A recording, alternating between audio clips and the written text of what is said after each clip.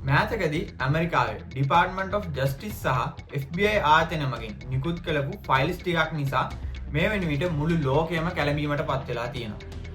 ඇත්තටම මේ ෆයිල්ස් ටිකට මෙච්චර ලොකු අවධානයක් හම්බෙන්න ප්‍රධානතම හේතුව උනේ මේ ෆයිල්ස් වල සඳහන් වෙලා තියෙන පුද්ගලයන්ගේ නම්.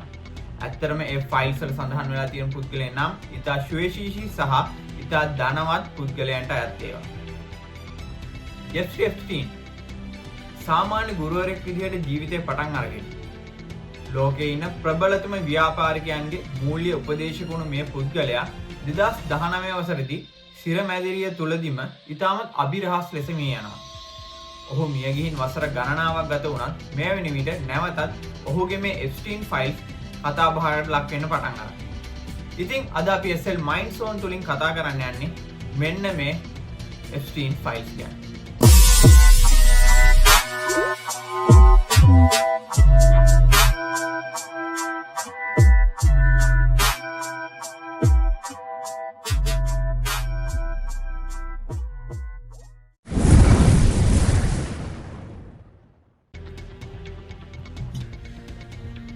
අපි මුලින්ම බලමු කවුද මේ ජෙෆ්රි එප්ස්ටයින් කියන්නේ කියලා.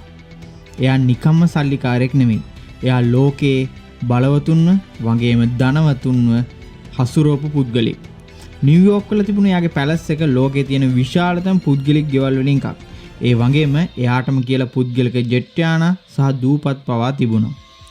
හැබැයි මේ සෙල්ලම් පිටිපස්සේ තිබුණේ හරිම පිළිකුල් සහගත අපරාධ ජාලයක්.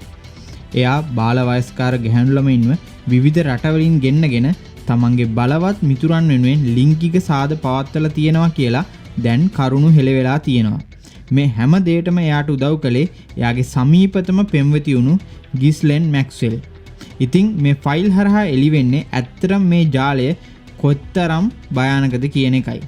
ජෙෆ්රි එප්ස්ටයින්ගේ මේ අභිරහස් ගමන ආරම්භ වන්නේ 1974 වසරේදී. විශ්වවිද්‍යාල උපාධියක් පවා නොතිබුණු ඔහු නිව්යෝක් වල තියෙන අතිශය ප්‍රභූ පාසලක් වුණු ද ඩෝල්ටන් ස්කූල් එකේ භෞතික විද්‍යාව සහ ගණිතය උගන්වන ගුරුවරයෙක් විදිහට සේවයට බැඳෙනවා. ඒ කාලේ මේ පාසලේ ඉගෙන ගත්තේ ඇමරිකාවේ ඉහළම සල්ලිකාරයන්ගේ දරුවෝ. මේ පාසලේ ශිෂ්‍යයෙක් වුණු බියර්ස්ටන් ආයතනයේ ප්‍රධානියෙක්ගේ පුතෙක් හරහා තමයි එප්ස්ටීන්ට මූල්‍ය ලෝකයට දොර ඇරෙන්නේ. ගුරු වෘත්තියෙන් අයින් වෙන ඔහු බියර්ස්ටන් ආයෝජන බැංකුවට සම්බන්ධ වෙලා හරිම කෙටි කාලෙකින් එහි හවුල්කරුවෙක් දක්වා ඉහළට යනවා. පස්සේ කාලෙක ඔහු තමන්ගේ මූල්‍ය සමාගමක් වන J. Epstein and Company ආරම්භ කරන්නේ ලෝකයේ ප්‍රකෝටිපතියන්ට පමණක් සේවය ලබා දීමේ අරමුණින්. හැබැයි එප්ස්ටයින්ට සල්ලි තිබුණට ලෝකයේ ඉහළම දේශපාලන සහ රාජකීය පවුල් අතරට යන පාලමක් තිබුණේ නැහැ. අන්නේ අවස්ථාව හමුවන්නේ 1991 දී ඔහුට මුණ ගැසුණු ගිස්ලෙන් මැක්ස්වෙල් මගින්. ඇය බ්‍රිතාන්‍ය මාධ්‍ය අධිපති රොබර්ට් මැක්ස්වෙල්ගේ දියණියයි. බ්‍රිතාන්‍යයේ ඇන්ඩ්‍රු කුමරු වැනි රාජකීයයන් එප්ස්ටීන්ට මුණ ගැස්වන්නේ ඇය විසින්. ගිස්ලෙන් මැක්ස්වෙල් සහ එප්ස්ටයින් අතර තිබුණේ හුදෙක්ම ප්‍රේම සම්බන්ධයක් විතරක් නෙමෙයි. ඒක ඉතාමත් සැලසුම් සහගත අපරාධ හවුල්කාරීත්වයක්. ගිස්ලෙන් තමන්ගේ ප්‍රභූ සම්බන්ධතා පාවිච්චි කළා එප්ස්ටයින්ව ලෝකයේ බලවත්ම මිනිසුන්ගේ රහස් මිතුරෙක් බවට පත් කළා. ඔවුන් දෙදෙනා එකතු වෙලා තමා මේ අඳුරු අධිරාජ්‍යයේ අත්විවරම දැම්මේ. ලෝකයේ බලවත්ම මිනිසුන්ට එප්ස්ටයින් විවෘත කරේ වෙනමම ලෝකයක්. ඒ තමයි කැරිබියන් මුහුදේ පිටි ලිටල් සෙන්ට් ජේම්ස් දූපත. මේ දූපතට ලෝකේ නායකයන් සහ කෝටිපතියන් පැමිණේ කිසිම නීතියක් නැති තමන්ට අවශ්‍ය ඕනම පහත් ආශාවක් ඉටු කරගත හැකි ස්වර්ගයක් විදිහටයි.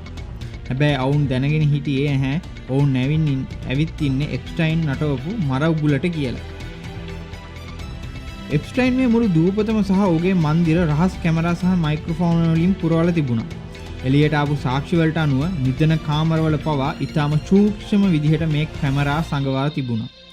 ලෝක ප්‍රකට පුද්ගලයන් බාලවස්කාර දැරියන් සමග ගත කරන සෑම තත්පරයක්ම එප්ස්ටයින් රහසින් පටිගත කළා.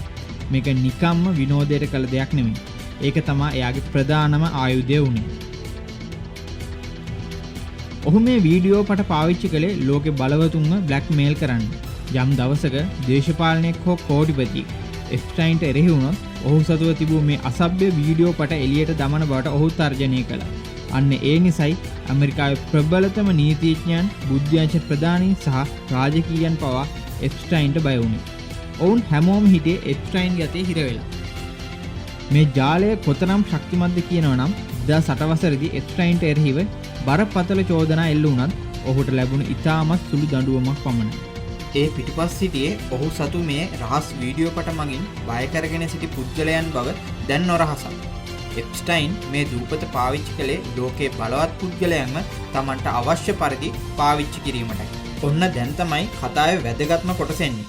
2024 සහ 2025 වසරවලදී උසාවි නියෝග මත පිටු දහස් ගණනක රහස් ලේඛන එළියට දැම්මා.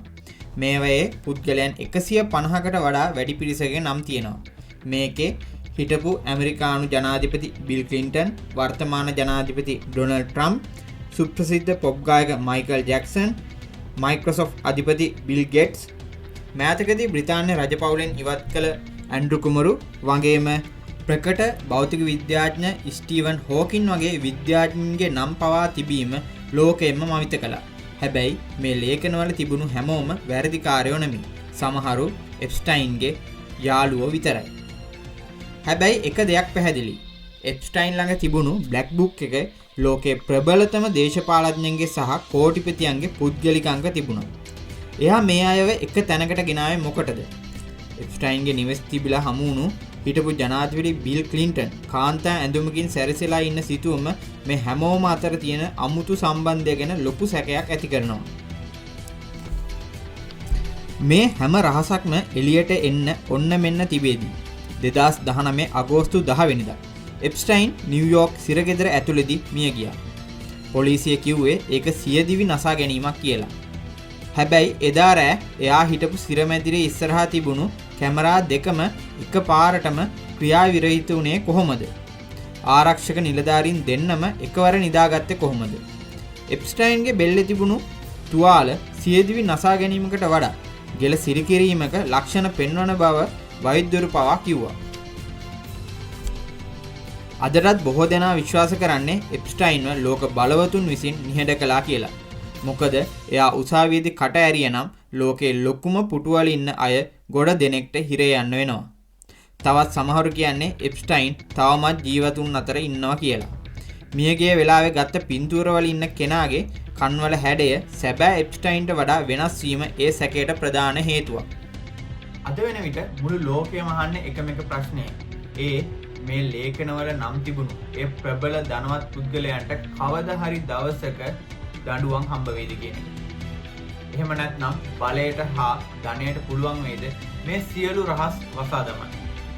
එප්ස්ටයින්ගේ මරණයත් එක්ක සැඟවුණු ඒ අඳුරු රහස් වල ඉතාම සුළු ප්‍රමාණයක් විතරයි මේ වෙන විට මුළු ලෝකෙම දන්නේ. එප්ස්ටයින් මිය ගියත් ඔහු විසින් වින්දිතයන් බවට පත් කළ මේ අහිංසක දරුවන්ට තවමත් සාධාරණයක් ඉටු වෙලා නැහැ. ඉතින් මේ ලෝක බලවතුන්ගේ අඳුරු අධිරාජ්‍ය කවද හෝ දවසක අවසන් වෙයිද? ඉතින් ඔබේ අදහස් පහලින් කමෙන්ට් කරන්න. ඒ වගේම SL Minds On subscribe කරන්න අමතක කරන්න එපා.